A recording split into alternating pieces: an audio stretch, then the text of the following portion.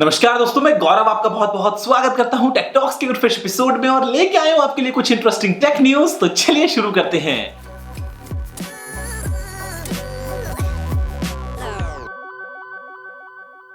दोस्तों सबसे पहले जो न्यूज है वो आ रही है एविएशन मिनिस्ट्री की तरफ से और यहां पे जो प्लानिंग चल रही है वो है देश भर के एयरपोर्ट्स में बायोमेट्रिक सिस्टम्स को इंस्टॉल करने की।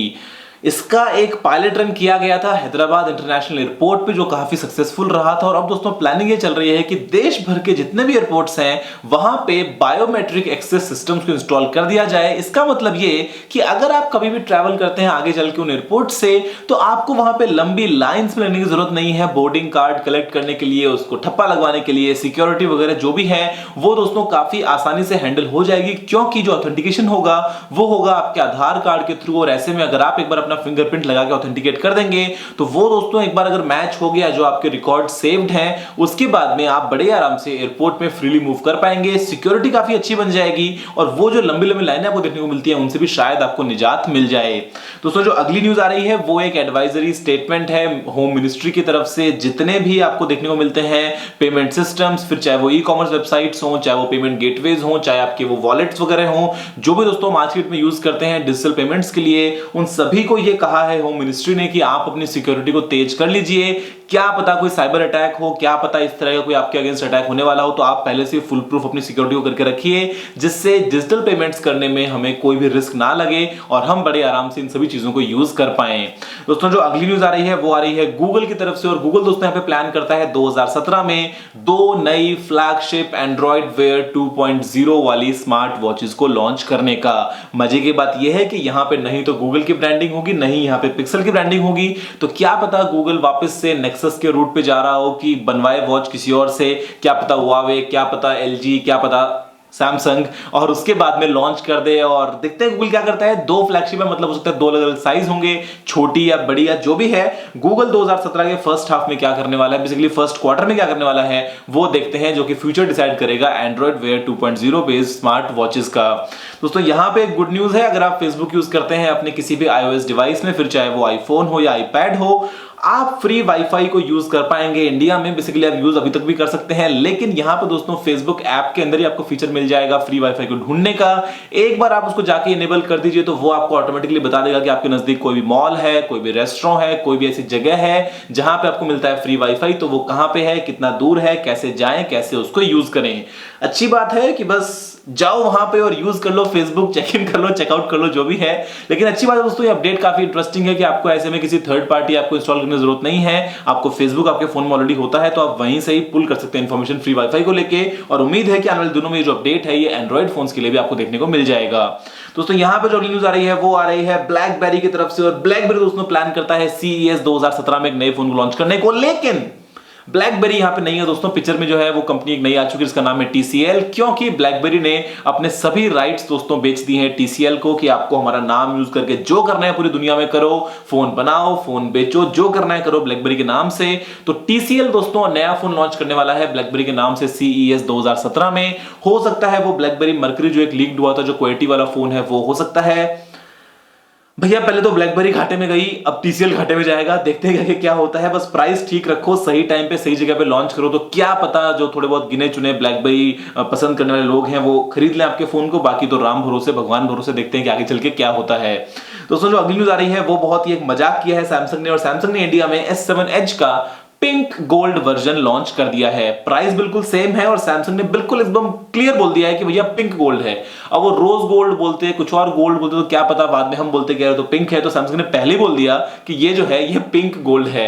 लेकिन मुझे समझ नहीं आता कि अभी सैमसंग ने इसको लॉन्च क्यों किया है। या तो ये ज्यादा बन गया था, दुनिया भर में कहीं और बिक नहीं रहा था, तो ऐसे में रीपैकेज करके इंडिया में निकाल रहे हैं, क्योंकि 2 महीने के बाद में तो S8 आने वाला है और अभी एक नया वेरिएंट S7 Edge का सेंस नहीं बनता। लेकिन फिर भी सैमसंग ने जो भी है आपको एक नया ऑप्शन दे दिया है।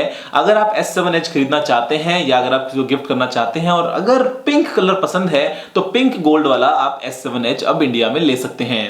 दोस्तों जो अगली न्यूज आ रही है वो आ रही है Xiaomi की तरफ से और Xiaomi ने फाइनली Mi नोटबुक एयर को लॉन्च कर दिया आज। जो रूमर्स थी कि नोटबुक प्रो आएगा, 4K डिस्प्ले होगा वगैरह, वो सब तो कुछ हुआ नहीं। तो यहां पर दोस्तों आपको मिलते हैं 2 अलग अलग version Mi notebook air 12.5 inches और 13.3 इंचेस। जो प्राइस है वो बहुत ही महंगी है कंपेयर टू पुराने मॉडल, क्योंकि यहाँ पे दोस्तों प्राइस है वो है 4699 युआन, यानी करीब करीब 46,000 रुपए 12.5 इंच वेरिएंट के लिए, और 699 युआन यानी करीब करीब 70,000 रुपए 13.3 इंच वेरिएंट के लिए आपको यहाँ पे 4G का स्लॉट मिल जाएगा। उसके अलावा आपको i7 मिलता है डुअल कोर 13.3 इंच वाले वेरिएंट में, बाकी जो 12.5 वाला उसकी स्पेक्स बिल्कुल सेम है। इंडिया में आए तो बात करो भाई, ऐसा तो आप कुछ भी लॉन्च करते रहोगे, चाइना में हमको उनसे क्या मतलब है, हमको तो वो मिले जो हम खरीद पाए कम से कम। दोस्तों जो अगली न्यूज आ रही है वो आ रही है OnePlus 2 के लिए। अगर आप यूज करते थे OnePlus 2 या यूज कर रहे हैं और आप आज तक वंचित थे जियो की सेवाओं से, क्योंकि आपके फोन में वोल्टी का अपडेट नहीं था, तो यहां पे दोस्तों फाइनली ऑक्सीजन ओएस का नया अपडेट आ गया है 3.5.5, और उसके बाद में अपने फोन में वोल्टी को यूज कर पाएंगे। अपडेट बहुत ही लिमिटेड रिलीज में है, तो हो सकता है अभी तक आप तक ना पहुंचा हो, लेकिन बहुत ही जल्दी जो है मास स्केल पे रोल हो जाएगा। तो उसके बाद में आप अपने प्रिय OnePlus 2 में अपनी प्रिय जियो सेवाओं को यूज कर पाएंगे। दोस्तों जो अगली न्यूज आ रही है वो एक और बार Xiaomi की तरफ से एक लीक है, जो एक नया फोन दोस्तों आने वाला है Mi S। पहले एक फोटोज लीक हुई थी कि 4.6 इंचेस के स्क्रीन साइज वाला एक फ्लैगशिप ग्रेड फोन आ सकता है। ये देखते ही मुझे याद आया जो सोनी का Z कॉम्पैक्ट सीरीज थी, जहां पे आपको सोनी का Z1 कॉम्पैक्ट, सोनी का Z3 कॉम्पैक्ट, सोनी का Z5 कॉम्पैक्ट देखने को मिला था। क्या पता वैसा ही कुछ लगता है कि छोटे स्क्रीन साइज में काफी पावरफुल फोन मिल सकता है। तो यहाँ पे इसका एक और दोस्तों पैम्पलेट टाइप से जो है वो लीक हो गया है। कुछ स्पेक्स यहाँ पे लिखी गई है कि फुल एचडी डिस्प्ले होगा, लेकिन बैटरी यार 2600 mAh की हजम नहीं होती है। माना फोन छोटा है, लेकिन फिर भी एटलीस्ट 3000 mAh तो करना चाहिए था। बाकी देखते हैं कि Xiaomi क्या करता है Mi S के साथ में। दोस्तों जो अगली यहाँ पे न्यूज आ रही है वो बहुत ही इंटरेस्टिंग है, और ये दोस्तों एक स्टडी है MIT की तरफ से, और वो दोस्तों ये कहते हैं कि जो ऑटोनोमस ट्रक्स हैं वो बहुत ही अच्छी बात है। मैंने आपको बताया था कि एक बार एक ट्रक ने बियर की डिलीवरी की थी, जो एक कंप्लीट ऑटोमेटिक ट्रक था, लेकिन यहाँ पे दोस्तों स्टडी ये कहती है कि अगर ग्रुप्स में चलें, अगर एक दूसरे को टेलगेट होते हुए करते हुए चलें ट्रक्स, तो ऐसे में फ्यूल को काफी ज्यादा सेव कर सकते हैं। यानी कि अगर मैं आपसे बात करता हूं, मान लीजिए 10 ट्रक एक साथ एक लाइन में सिर्फ कुछ कुछ गैप के बाद में अगर कंप्लीटली ऑटोनोमसली काम करें, मूव करें, तो यहां पे वो एनर्जी को सेव करेंगे, क्योंकि जो उनका डिजाइन बनता है वो काफी एरोडायनामिक बन जाता है। जो सामने वाला ट्रक है सिर्फ वहीं पे डायरेक्ट आपको एयर का इंपैक्ट मिलता है, बाकी जो पीछे ट्रक चलते हैं बिल्कुल एकदम एक के पीछे एक सट के, तो वहां पे उनको हवा की तरफ से लीस्ट रेजिस्टेंस मिलती है, जिससे जो फ्यूल इकोनॉमी है कंबाइंड वो काफी ज्यादा वो सभी ट्रक्स मिलकर बचा सकते हैं। तो आगे चल के डेफिनेटली हमें सेल्फ ड्राइविंग कार्स आएंगी, सेल्फ ड्राइविंग ड्रोन्स हैं, प्लेन्स हैं, ट्रक्स वगैरह सब कुछ देखने को मिल जाएंगे। तो देखते हैं कि कैसे आते हैं, और इंडिया में सेल्फ ड्राइविंग ट्रक अगर आए, बुरी नजर वाले तेरा मुंह काला, तो देखते हैं क्या पता कुछ अच्छा हो जाए।